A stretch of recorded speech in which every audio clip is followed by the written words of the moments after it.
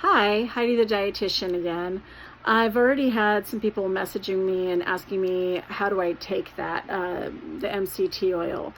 And so you can blend it. If you don't drink coffee in the morning, you can absolutely blend it with something else. So I'm blending it with the chocolate silk protein nut milk because 1 cup is 14 grams of sugar. It is added sugar. That protein nut milk is made with almond and cashew, so it's really creamy and delicious. And they use pea protein for some protein. So blending, like 2 tablespoons into a cup of that and having that would be a really nice get going in the morning.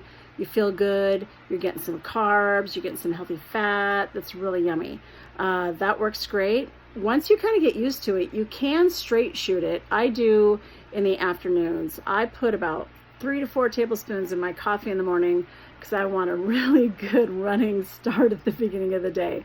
I really want my brain working.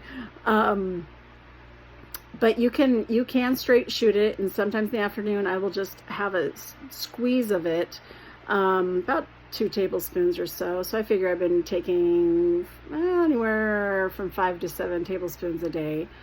And let's see, what else was I going to say? Some of my patients use it as salad dressing. I think that's a bit of an expensive salad dressing, but what floats your boat. I can't think of anything else right at this moment, but those absolutely will work. And you can blend it into a tea. You can blend it in any type of drink that you blend it in, and you have to blend it.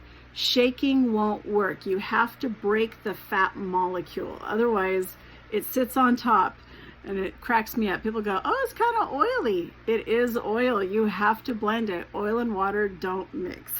Okay, so I hope that that's helpful.